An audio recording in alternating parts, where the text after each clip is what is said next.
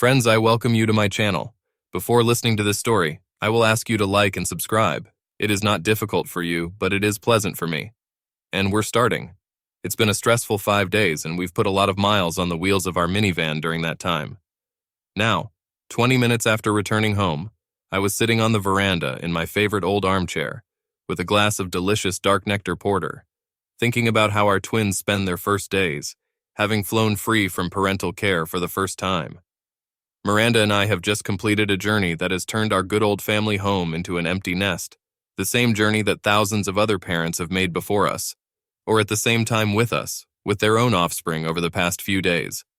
And I could guarantee that none of the other thousands of parent couples would feel as wonderful as I do at this moment. Since Luke enrolled at the Georgia Institute of Technology, Atlanta became the first destination on our journey. We were also able to leave our rented car there, which meant that we no longer had to change each other at the wheel. Our daughter Kelly was flown to Gainesville to become an alligator the next day, while her parents and I traveled a few miles further east to Daytona Beach to use a few days for sunbathing and beach holidays. The next 3 days were filled with more lovemaking than we had ever done before in our entire marriage. Miranda was just insatiable. Having children early, when we were both barely over 18, meant that we were now only 36, and our energy reserves and libido levels were still high. Oh my God, Miranda even sucked me twice on the way home, and that's not counting the fact that we made a short stop at a deserted trucker's parking lot, where Miri diligently proved to me that she didn't just forget to put on her underwear. I can honestly admit that in that deserted parking lot, the scorching sun and the attractive, hot Miranda drained almost all the fluid from my body. Now, while I was lounging in my armchair, indulging in my pleasant memories, Miranda went upstairs to take a shower and tidy herself up. I was a little surprised when I heard the hairdryer turn on, which usually only happened when she was going to work or getting ready to go out somewhere in the city. A few minutes after the howling of the hairdryer stopped, I heard Miranda's footsteps and the tapping of her heels in the kitchen, another unusual sound to my ear, since she usually walked around the house in rubber-soled slippers or just barefoot.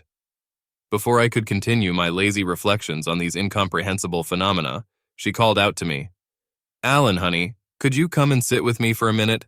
I need to have a little chat with you. It won't be long." Emerging from my dreams and from the armchair and carrying my empty glass in my hand, I cheerfully responded, "I'm on my way, dear." When I entered the kitchen, I was amazed when I saw my wife sitting at the table, dressed in a fresh blouse and clean jeans, and looking as great as ever. She poured me a freshly brewed mug of coffee and put it in front of where she was sitting.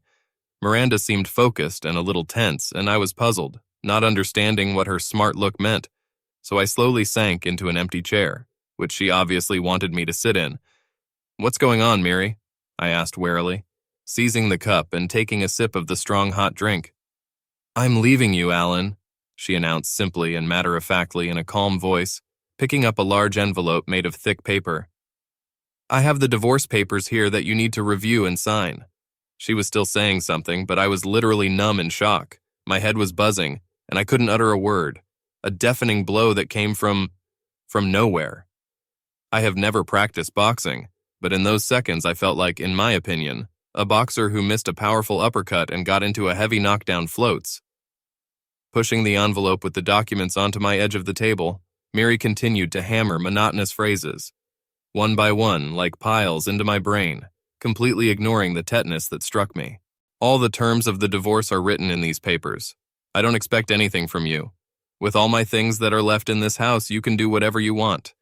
All our savings have been split and the bills have been paid as of today, and I have canceled all joint credit cards. I notified everyone who needed to know about the change of my residential address. You can find out all the other details from your own lawyer. If you need anything from me, contact me only through my lawyer." Taking a deep breath, Miranda continued her speech in the same dispassionately businesslike voice. "I also took care of issuing a restraining order, because I don't want to talk to you anymore after I leave. You will also find it in this envelope. In addition, I have changed my phone number and email address, and all my previous accounts have already been closed." She didn't expect me to say anything, and I couldn't say a word, just sat there like a statue and stared stupidly at her. On the table in front of me, a light disappearing steam was exuding and an almost untouched cup of coffee was slowly cooling down. "Please," she tapped her well-manicured lacquered fingernail warningly on the countertop, Do not try to create any problems with the children by trying to get any information from them, because they are aware of what is happening and will not help you. All the same applies to my parents. Having stopped indifferently looking over me or examining her well-groomed hands, Miranda finally focused her gaze on me, coldly looking straight into my eyes. I know you're going to ask that, Alan, so I'd better tell you myself. I've been in a relationship with Dan for the last 13 years, and now I hope to turn my work husband into my real, full-fledged husband. I love. She hesitated for a moment and corrected herself. Loved you, Alan. I just loved Dan more. He endured and waited long enough to earn the right to be with me. Well, today I'm breaking up with you, and now I will completely belong to him alone. That's all. Goodbye, Alan. Miranda finished, got up, and left the table, heading for the exit. It was only when she picked up the bag of things standing at the threshold and had already opened the front door that I finally found the power of speech and could only croak one word in a strange voice. Why? Still showing no emotion, she froze for a moment, turned her head, looked me straight in the eye, and said just 2 words. Sandy Thompson. With these words, she stepped out the door, slamming the door behind her, and all I heard in the inky silence was only the fractional clatter of her shoes, the muffled knock of the car door, and the sound of a roaring engine, gradually receding and disappearing a minute later. That was the last time I saw Miranda or talked to her in the next 16 months. The daddy at work was Dan Roberts, the man I considered my oldest and best friend for the past 18 years. Miri and Dan's wife, Lisa, became close friends during both of their pregnancies. You could even say they were kindred spirits, since they were both close in age. Lisa was 22, and Miri was a little over 18. Moreover, Cassie, the daughter of Dan and Lisa, was born the day after our twins, which of course served as a clear sign of fate for both wives. This initial friendship of theirs grew into such intimacy that they were both inseparable, which naturally meant that we husbands were also together. The closeness of the two families soon became like an almost kindred unity within one large and friendly family, since we visited each other every weekend, and it was very convenient to live just 2 blocks from each other. Until our oops moment, which brought the twins into this world, both Miranda and I went to college. Miri always wanted to study business or business management, while I majored in mathematics while receiving a partial scholarship to the college baseball team. However, at that time I had not yet decided which path to choose in later life. Everything changed when Miri told me she was pregnant, and I had to give up all my hopes and dreams to get a job and support our family. Our pairs of parents treated both of us perfectly, so the wedding was ordered and organized by them within 2 months. I was the late and only child of my parents. When I was born, their age was already approaching 40, and they bitterly thought that they were destined to remain childless. Therefore, thanking heaven for such a great joy that finally fell upon them, they always gave me all their love and support that a long-awaited child can have. Miri had a brother, Tom, 10 years older than her, which meant that she didn't really have a particularly close relationship with him. Tom left for college before she turned 8, and with the exception of a couple of fleeting visits, he never really returned to the family. Unfortunately, he died absurdly in a car accident just a year after graduating from college. This made Miranda's parents pay as much attention to their only daughter as my dad and mom devoted to me. As a wedding gift, my parents solemnly handed me the documents for our old family home, as they themselves were going to move further south, planning to retire in the next few years. I found a job selling policies at a local insurance company, quickly getting used to the business and feeling like a fish in water in it. The salary for a novice agent, of course, was quite low, but good commissions from successful transactions could almost double my income compared to the initial salary. It was just that I had to work hard and late, usually for 12 hours a day, and sometimes even taking weekends off. In the months leading up to the birth, Miri got a part-time job as a secretary in one of the offices, with the previous intention of getting a degree, but now she studied online by correspondence most of the time. It was during this period of time that the support of her parents became truly invaluable. When the twins were born, they became our lifesaver in caring for the babies and used any excuse to visit them and tinker with their grandchildren. The fatal incident with Sandy Thompson occurred 3 years later. I was successful in my business, and my company nominated me for the title of Salesperson of the Year for the North Carolina region. Our small company, which also turned out to be among the market leaders that year and was later bought by a nationwide corporation, believed in my success. In addition to the $2,500 bonus, I was given a fully paid 3-night trip to Washington, where our head office was located. The trip to the capital also included a festive ceremony with dinner on the first evening, at which the best seller of the year was to be selected, and then 2 more days left at our disposal. For Miri and me, this would be the first trip out of our city somewhere together, without the twins, and we were looking forward to it with joyful anticipation. But 2 days before departure, everything went awry. First, Luke developed whooping cough, and the next day, Kelly also fell ill. Unfortunately, my presence at the ceremony was mandatory, so Miri kissed me goodbye with sadness in her eyes on Friday morning and made me promise that I would try to enjoy the next few days. Arriving about an hour before the start of the gala performance, I had time to register and inform them that I arrived at the ceremony unaccompanied by my +1. After showering, shaving, and putting on a rented tuxedo, I went down to the huge hall and found my place at the table, finding that I was seated next to Sandy Thompson, who had arrived from our office in Little Rock. While most of the people at the dinner were in their 30s or older, Sandy was only a year older than me, and I was 21 at the time, and this was her first full year at the company. Before this grand event, I had only had a few beers in my life, and there was a free outdoor bar in this room. During the entire dinner, as far as I remember, I only drank a couple of glasses of wine. Then, when the awards began to be announced, I was just shocked when I heard that I was the one who was loudly proclaimed the seller of the year. Wow, that's it. Stunned, I got on stage, where I was handed a trophy cup and a check for $10,000 to thunderous applause. And when I returned to my desk, I was kindly sent a bottle of champagne from our bosses. To be honest, the rest of the night passed in a kind of haze until I woke up at 5 the next morning, lying in bed next to a delightfully naked Sandy Thompson. Scared to death with ringing in my ears and a severe hangover, I rushed to my room on unruly legs, feverishly packed my things, and was on my way home in 20 minutes. Miri, of course, was immensely surprised to see me 4.5 hours later when I rushed home. And, as expected, she wasn't very happy 10 minutes later when I told her that I got drunk at a gala dinner and found myself in another girl's bed the next morning. Angry, she abruptly interrupted me, refusing to listen to my explanations and excuses.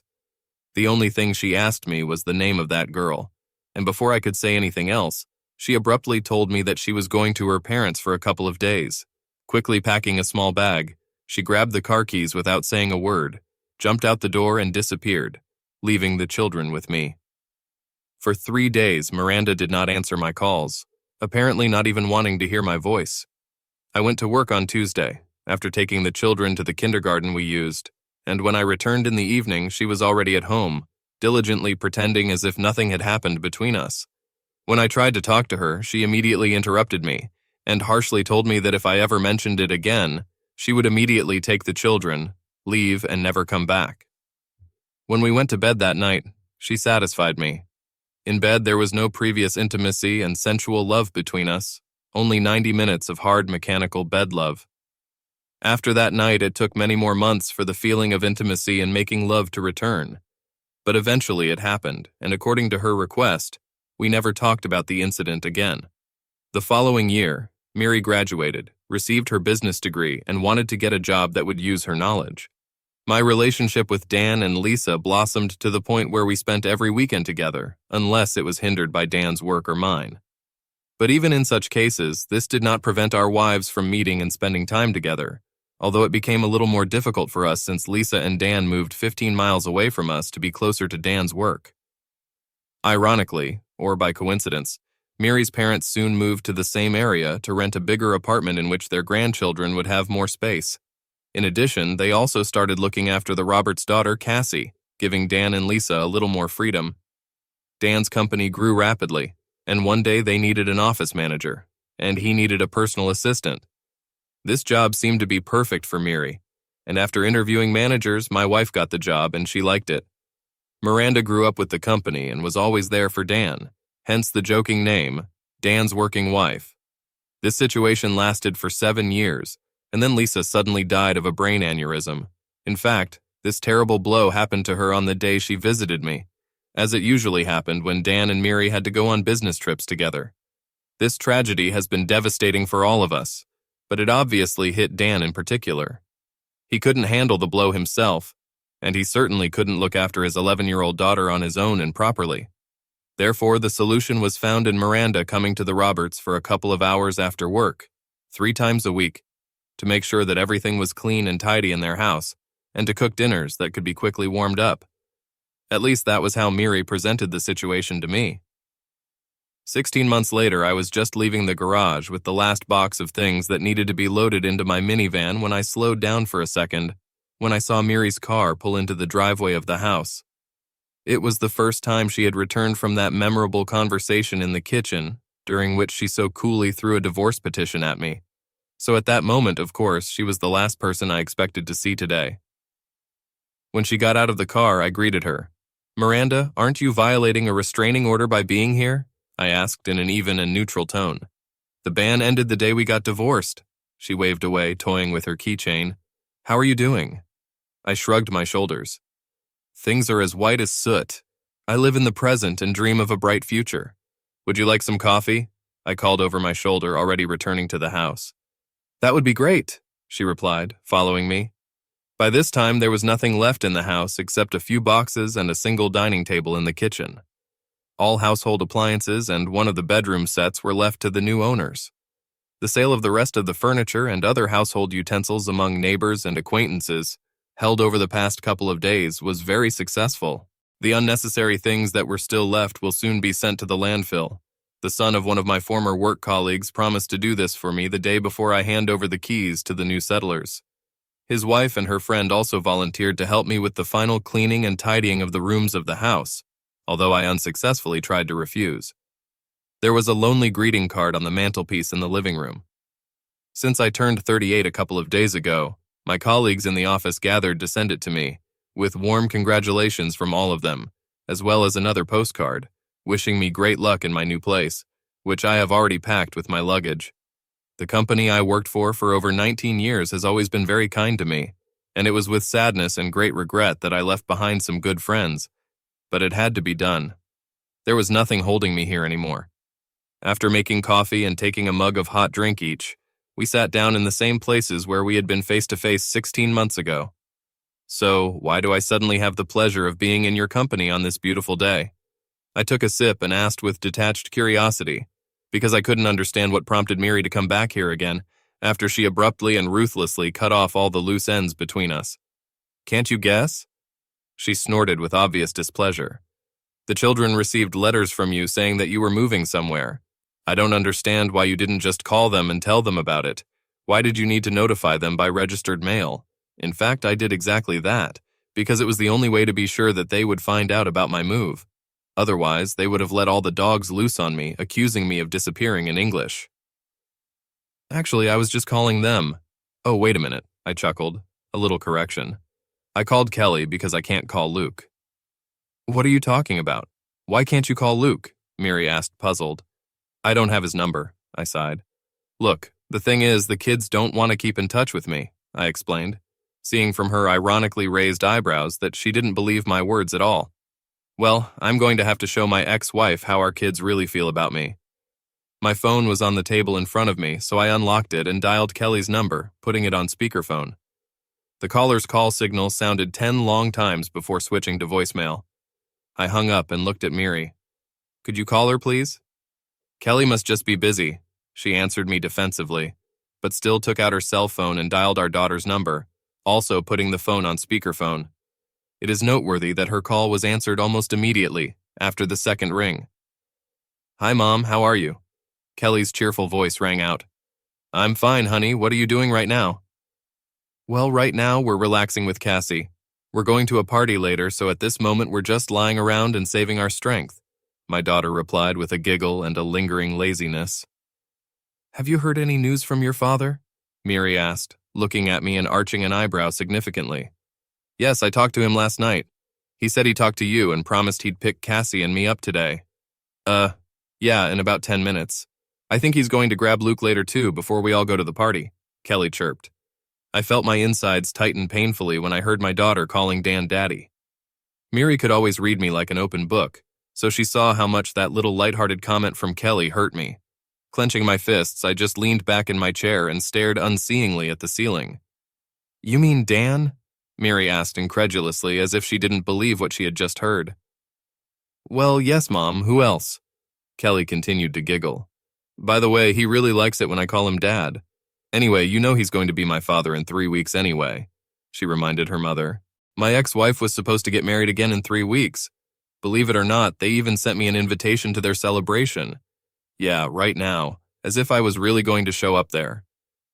Kellyanne, I'm asking you, when was the last time you talked to your real father? Miri asked impatiently, raising her voice slightly. Oh, Mom. Well, I don't remember. Maybe a few weeks ago. Sensing something wrong in her mother's voice, Kelly's amused tone immediately disappeared. I opened and showed her my call log of Kelly's number, and Miri, glancing at the screen, could verify my numerous but unsuccessful attempts to reach my daughter. To be honest, none of my children have called me once since Miri left. Not a single call in almost a year and a half. It's funny to hear that, because right now I'm sitting next to him, and I saw with my own eyes how he tried to call you just a minute before I did. What's going on, Kelly? Miri asked in an even more stern voice. Oh, well, Mom, I'm just... Our daughter's confused bleating came from the speaker. I just want to remind you that you only have one father, and that's not Dan. We'll talk about this seriously later, young lady, the mother promised harshly, ending the conversation and irritably poking the end button. Miranda was clearly upset when she disconnected the call and pushed the phone away from her. So why don't you have Luke's number? She returned to the question. For your information, Dan made sure that the boy had a new phone and memorized his number in his own, within a few hours after his old phone was stolen. If I only knew. I shrugged my shoulders. Listen, don't be too hard on the kids. Apparently, such was their love and affection for me that after a little over a year, they did not need me at all. With a grim smile, I laced my fingers together and squeezed them tightly into a lock. You heard your daughter. She's happy that she's going to have a new father now. Do you know that old proverb? Out of sight, out of mind. Well, apparently I'm already an empty place for Kelly. I pointed to my long list of calls on my phone. As you can see, I no longer have anything to do with children, and as far as I know, in 3 weeks I will be officially replaced by a real dad. This comment, as I saw it, really hurt her, but it was the bitter truth. I don't think I've talked to both of them together for more than an hour since you left. Although I tried to stay in touch, God, I really tried. Remembering one of these typical moments, I smiled bitterly. The time I managed to get tickets to the Braves Game 3 on the opening day of the season, I was so pleased and glad. But when I called Luke with the news, he said he was too busy to have fun. I sighed and looked up at Miri's frozen figure in front of me. And later I found out that he and Dan and a couple of other guys went to that very game, buying tickets at the last minute. Well, if that's what they want to do, I can't force them to do anything else. We were silent for a few moments, lost in thought, before Miri coughed softly and changed the subject. So you're moving out of here to be closer to your parents? Not really. I have to leave to be able to look after my mom. Now she needs constant care and attention. Oh my God. Did something happen to her? How is your father dealing with this? You never told me anything about her having any problems, she exclaimed while her eyes glistened with tears. Well, at least Miri really loved my parents. Mom has a late stage of Alzheimer's disease. This is very bad because she doesn't remember anything at all 90% of the time. As for Dad, we buried him a little over 3 weeks ago. The hospital said he had a heart attack, although personally I think his heart was broken, and Dad left because he suffered too much frustration and pain. Oh no! My ex-wife burst into tears, and through her sobs she asked, From where? How do you know it was a broken heart, and why didn't you call us? Of course I called, I protested wearily. And to tell you the truth, that was the last time I talked to Kelly. Yes, it was the day after Thanksgiving. That's when I found out that Luke had a new number. And our conversation with Kelly lasted no more than a minute. Without even trying to listen to what I wanted to tell her, she hurriedly blurted out that she was extremely busy and would call me back soon. It's a pity that neither that day nor a week later, my daughter never called me back. I called her myself every day for a couple of weeks, until I finally realized what the reason was. Ironically, although the kids blocked me on Facebook, they didn't block Dad. I later found out that when Kelly told me she was very busy, it was because she was going to a Black Friday sale that day, along with you and Grandma Roberts, I said sarcastically, using air quotes. As for how I can know that my father died of a broken heart, It's easy. I never told my parents about our divorce. Yes, I was going to do it sooner or later, but I couldn't, I confessed, looking away and feeling tears welling up in my eyes. Brushing them away with the back of my hand, I took a deep breath and continued. When you left, I went to them the next weekend to talk about what happened between us face to face. When I got there, I discovered how bad my mother's condition had become. Dad had told me before how forgetful she was sometimes, but since I last saw them the Christmas before last, her condition had seriously deteriorated.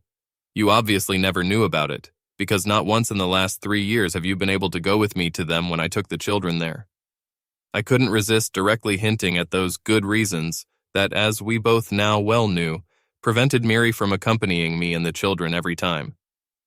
Because of Mom's illness, I couldn't, had no right to bring this news down on both of them at that time, and every week it became more and more difficult to do it.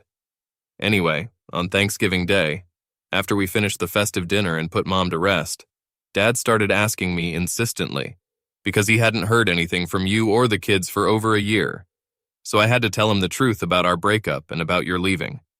Miri, tense as a string, sat across from me, her sharp elbows on the table and her mouth covered with both palms. Only her eyes, glistening with tears and quivering eyelashes, lived on her pale face. In the morning, I found my father in his favorite armchair. I continued my sad story dully. He was leaning back and clutching our family photo in his hands, the sunny one where the 4 of us are laughing and fooling around. She was still wet from his tears. So yes, Miri, our divorce broke his heart, because you know that Mom and Dad were married for 52 years. He was a man of the old school and of course hoped that you and I would be together until we died. I could no longer hold back the tears that continued to draw wet tracks down my cheeks, while I was once again experiencing that rainy day. Abruptly getting up from the table, I turned to the window and stared at the pale blue sky with a few clouds floating on it. Miri's snuffling and quiet sobbing could be heard behind her. Resting my aching forehead against the cool glass after a minute, without turning around, I spoke softly again. It was at the funeral that I suddenly realized how lonely I was in this world. Only me, the chaplain, and a couple of their neighbors were present at the farewell to the Pope. No one else came. I couldn't even bring my mom to the funeral because she wouldn't even be able to figure out what was going on. It was only a week or 2 after the funeral, when my mother had sufficiently recovered, that I ventured to tell her that my father was no longer with us. But I still can't bear the suffering it causes her every time she hears and realizes it. So now when Mom asks about him, I just say that he went out for a while and will be back soon. Miri was already sobbing without hesitation, but I had no more tears left to cry out. Over the past weeks, I had been emotionally completely devastated. My distracted, wandering gaze fell on the mantelpiece and stopped at a single greeting card lying on it. Miri, raising her reddened, tear-stained eyes, followed my gaze and obviously noticed what I was looking at. I continued in the same neutral, detached, and as if someone else's voice. You know, I may be lonely and even Mom doesn't recognize me anymore, but I owe her a huge debt just for bringing me into this world. So yes, I'm packing up all the things here to be around and look after her, no matter how much time she has left in this world. Finally, I turned to my ex-wife and straightened up, crossing my arms over my chest. A bitter grimace of sarcasm permeated my last words to the one I loved so much for many years while we were together. It's amazing, isn't it, what the consequences of your actions were and how many people were affected by it. You ruined our marriage, ruined my relationship with my children, and on top of that, you destroyed my family. I finished the story, giving free rein to the anger and venomous accusation in my voice, which I promised myself not to show, but I just couldn't do anything about it. Don't you dare blame it all on me, Miranda shot back. Unlike you, Dan is devoted to me, and don't forget that you cheated on me with Sandy Thompson. Jumping up from her seat and blushing instantly, she pointed an indignant finger in my direction. I'm sure she didn't expect that in response to the accusation thrown right in my face. I would start laughing, and not just laughing, but really laughing, to tears in my eyes. Oh yes, of course, I replied, barely catching my breath. Let's not forget about Sandy Thompson, the reason why you spent more than 15 years trying to plan your revenge perfectly. I still remember that evening when you categorically told me not to mention her name in this house, otherwise you would immediately take the children and leave me forever. My ex-wife arrogantly lifted her chin and defiantly crossed her arms over her chest, continuing to look at me defiantly. Well, Miri, now that you've fulfilled all your threats no matter what, I guess that train has already left. But I still want you to hear it once and for all. I didn't touch it. To Sandy Thompson. After shouting these words, I immediately felt a great relief looking into Miranda's eyes, which were widened with shock and a flash of confusion. As soon as I dropped the long-term burden of understatement, a feeling of lightness descended on me, and I continued in a slightly calmer voice. When I woke up in her bed early in the morning, I was still wearing the same tuxedo that I had on the night before. There's never been anything between us. Really? Do you really think that I will believe in this fairy tale? Miri spat back at me with venomous sarcasm. Of course I expect you to believe me. Why? Yes, at least because I've never lied to you before. And certainly I have no reason to lie to you now that everything has been over between us for a long time, I answered her more restrainedly, regaining my composure. I don't give a shit. Talk whatever you want, she snorted, waving casually and looking more like Kelly than the grown woman I was married to. For some reason, her indifferent response made me angry. I could still see that she didn't believe my words, but for some reason it was important to me that she believed. I grabbed my phone and put it on speakerphone, called my old office, motioning Miranda to sit in silence and not interfere. After just a couple of rings, Jane, the receptionist, answered me quickly. Hi, Jane, this is Alan Dowd. Oh, hi, Alan, have you finished settling your affairs yet? My old friend cheerfully replied. Probably ready for a big move? You know, everything will be different here without you. The girl sighed regretfully. Yes, everything is already packed. I just want to have one last talk with an old friend before I go on the road. Listen, I'm trying to get in touch with a colleague from the office in Little Rock. I'm not even sure if she's still working there, so I wanted to ask you if you could look into the system and see if you can find Sandy Thompson. Of course, Alan, wait a minute, Jane replied briskly, and for a few seconds only the rapid clicking of the keyboard could be heard in the speaker. After a short pause, she returned to me. Yes, she still works for us, in the same branch in Little Rock. Do you need her number, or do you want me to connect you directly? Oh, thank you so much for your help. Just switch my call to her line. And Jane, honey, take care of yourself. Remember, if Paul decides to make an honest woman out of you, I will wait for an invitation from you. I will, Alan, Jane giggled. And don't forget us either, okay? Well, now I'm putting you through, you can talk. Miri had frowned while listening to our casual conversation, but now she was following me with her eyes with intense intensity. Hello? Sandy's on the line, came a familiar voice I hadn't heard in years. Hi, Sandy, this is Alan Dowd from the Grenville office. I don't even know if you remember me. My God, who am I hearing? Alan Dowd.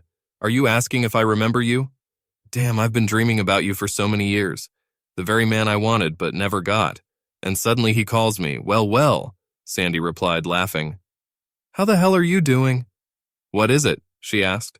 But without waiting for an answer, she rattled on. It must be some kind of telepathy because you won't believe it, but I was just thinking about you recently. It's been over. How much? Yes, it must have been 16 years since you and I last talked. At the very gala reception where we met, remember? I saw you a few more times later at other ceremonies, but alas, I've never had another chance to catch up. Yes, you know how stressful all these crowded events, important meetings, conversations, and other fuss were. Of course, I remember the first time we met back in Washington. I finally managed to cut into her chatter. Actually, it was 17 years ago, although I must admit, apart from the award itself, I don't remember much from that night, I confessed to her, chuckling. Oh, Alan, you were so funny that night. You could hear her smile in her voice as she said those words. What do you even remember?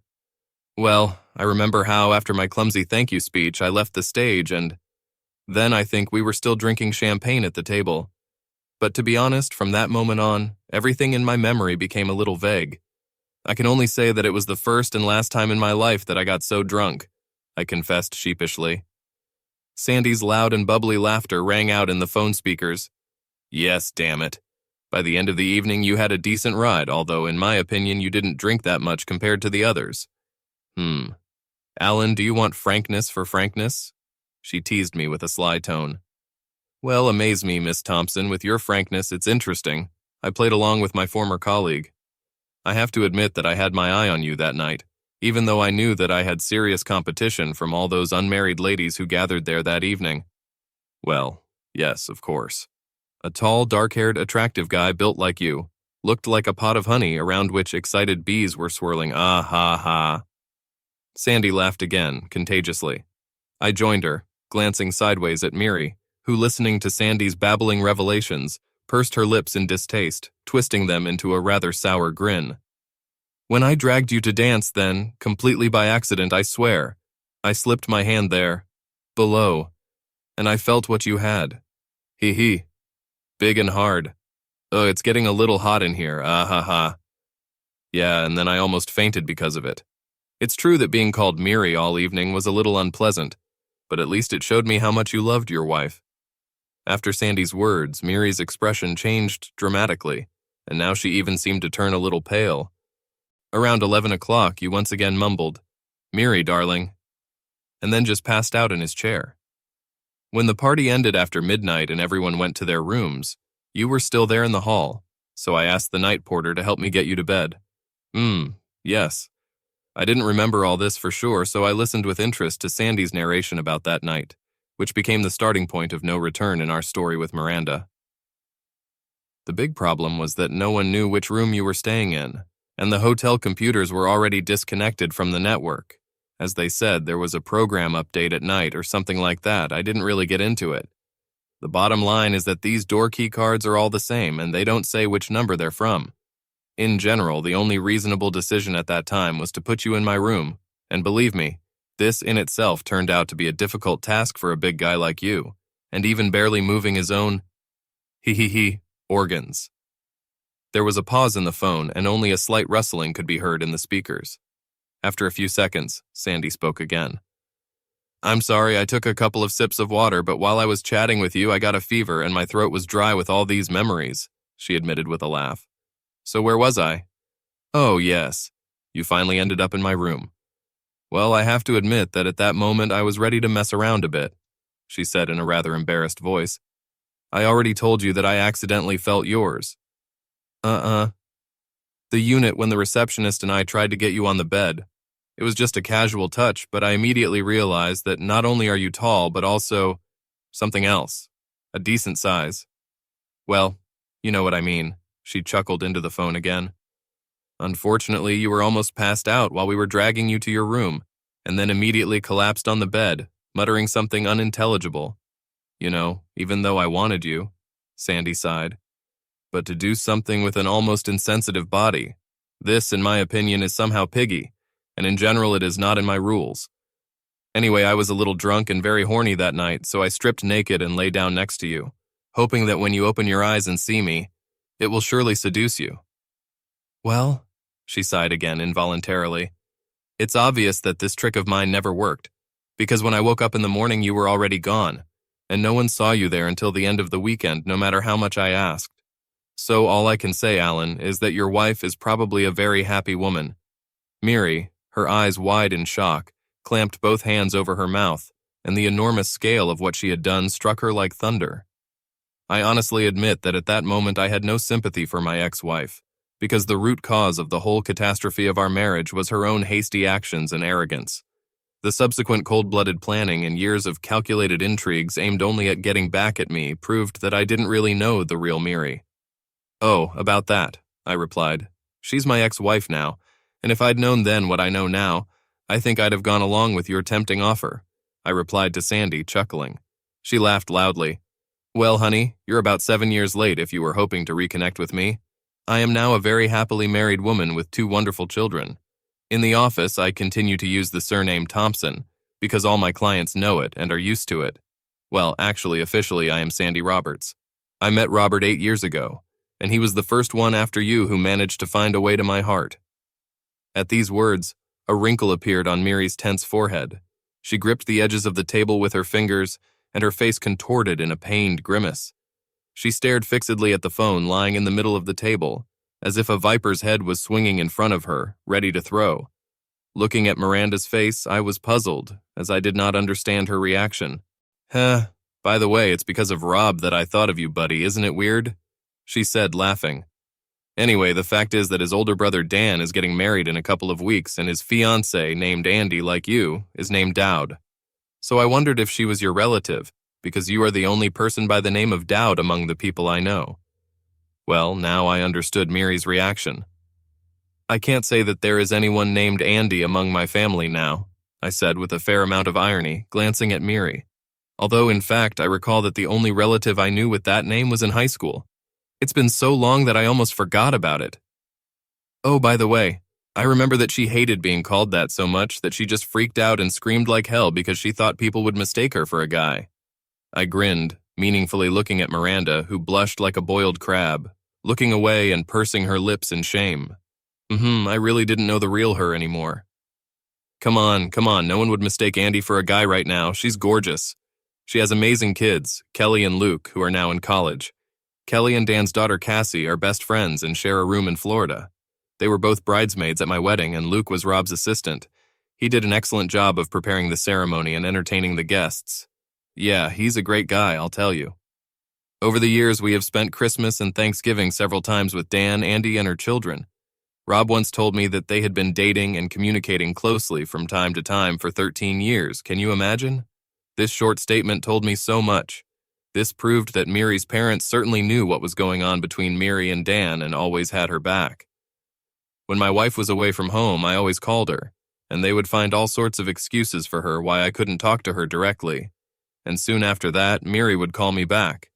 While I was thinking about Sandy's last words, mechanically agreeing with her, suddenly the tone of her voice became serious, and she began to speak a little lower.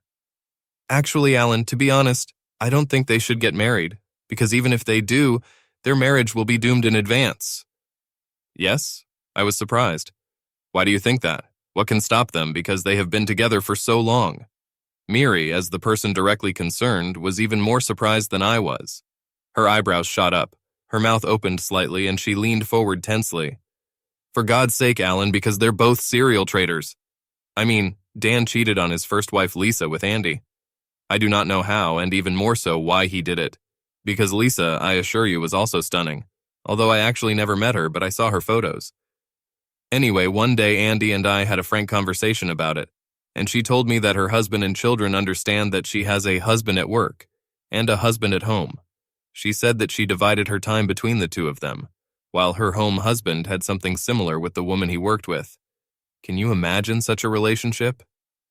Yeah, I mumbled, unsuccessfully trying to catch Miranda's stubbornly elusive gaze, which was looking anywhere but into my eyes. A ripe beetroot could envy the dense brightness of the coloring of her cheeks, neck, and even part of her chest, which was now heaving fitfully. I made sure to make it clear to Rob that I would have no hesitation in uncovering his private parts if he had ever thought of such a thing. Sandy shared with me with menacing confidence her uncompromising attitude on this issue. And then she simply and unpretentiously detonated a bomb, dropping a striking munition directly on my ex's head, although Sandy herself did not even know about it. Well, Dan still has someone on the side, despite his relationship with Andy. It's kind of his thing. I think this dog always had a spare airfield, she snorted. His current crush's name is Tilly, and he sees her every time he's in Chicago. By the way, judging by what Rob told me, he specifically picks out these business trips for himself so that he can go there every couple of weeks. Watching Miri's reaction, I saw that her complexion changed from bright red to pale at first, and then she even turned a little green. Leaning on the table, she gasped for air soundlessly, and it seemed that just a little more and she would vomit right on the spot. Sandy continued to animatedly spread the latest news from my former best friend's shithole. I don't think they would have gotten married at all if his bosses hadn't explicitly ordered him to make an honest woman out of Andy, after her real husband sued the company when she divorced him. Imagine Alan. Her domestic husband turned out to have a completely different understanding of this relationship, and he did not put up with all this bullshit. There are still normal men, aren't there? Rob told me in confidence that his company had to spend a lot of money to hush up this case. $600,000, thank you very much, I thought to myself. And besides, they gave Dan an ultimatum. He must fix the situation so that everything is covered up, otherwise they will show him the door. How do you like it? Not the best basis for starting a life together, is it? Continue to stand on the side of your fiancé, and at the same time look down the barrel of a double-barreled shotgun aimed at your face. Miri jumped up, knocking over her chair, and stumbled into the bathroom, and a few seconds later I heard her throwing up inside out. I can't blame her for that. After everything she heard today, her cozy little world turned upside down for so long and carefully built, and was literally flushed down the toilet. Honest, loving, and devoted Dan turned out to be a fake, but that fortunately was no longer my problem. I chatted with Sandy for a few more minutes, during which she told me about her children with love and pride in her voice, and also asked me what I was going to do now. I replied to her that, on the recommendation of my former company, I was already applying for a job at the branch of an insurance company whose office is located near my mother's house. However, instead of the usual insurance sales, I was offered to investigate suspicious insurance claims. And for me, this was a very interesting area and a new challenge in my career. The money would not be what I earned before, but it would still more than cover my needs. Among other things, my new position was accompanied by a personal office and a personal assistant. So in terms of work, I was back on the horse and looked to the future with restrained optimism. Exhausted, Miranda returned, clutching at the walls as I ended my conversation with Sandy, exchanging numbers with her one last time and promising to keep in touch from time to time. After saying goodbye to Sandy and pressing hang up, I looked at Miri. My ex-wife was clearly not in the best shape. Her face was wet, pale, and unhappy, and most of her artfully applied makeup was either smeared or just disappeared. Miranda looked like she had aged many years in just 15 minutes. "I'm so sorry, Al," she sobbed, collapsing into a chair and dropping her head on her outstretched arms. This time I really believed her. "Me too, Miranda, me too. Look, I don't have time right now. I have to follow some guys' tracks while they're still fresh, so I should be in Brunswick by morning," I replied, glancing at my watch. It was about a 6-hour drive from here to Brunswick if I fried non-stop, but I knew I'd have to stop a couple of times along the way. "All these boxes are yours. They contain all the clothes, photos, and other junk that you left." I waved my hand towards the packages piled up in the hallway next to the entrance. "I was going to send them to you next week, but since you're here, I can help by throwing them in your car if you want," I offered her in an even voice, out of the politeness instilled in me by my parents and remaining indestructible. "Actually, can I ask you a big favor?" she muttered softly, not even having the courage to look me in the eye as she spoke. Can I stay here for the night? I don't think I could go back home. There right now."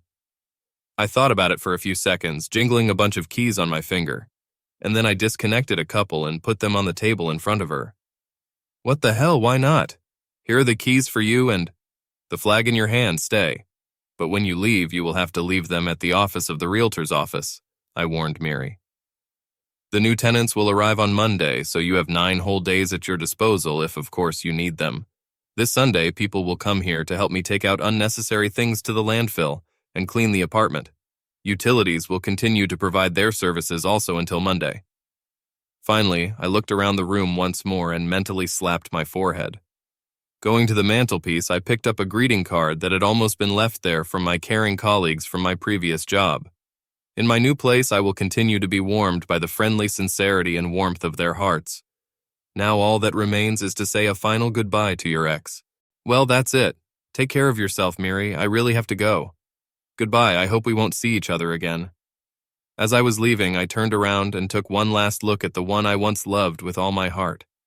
All that remains in my memory are the hunched shoulders of a broken woman sitting at a table, trembling with agonizing sobs.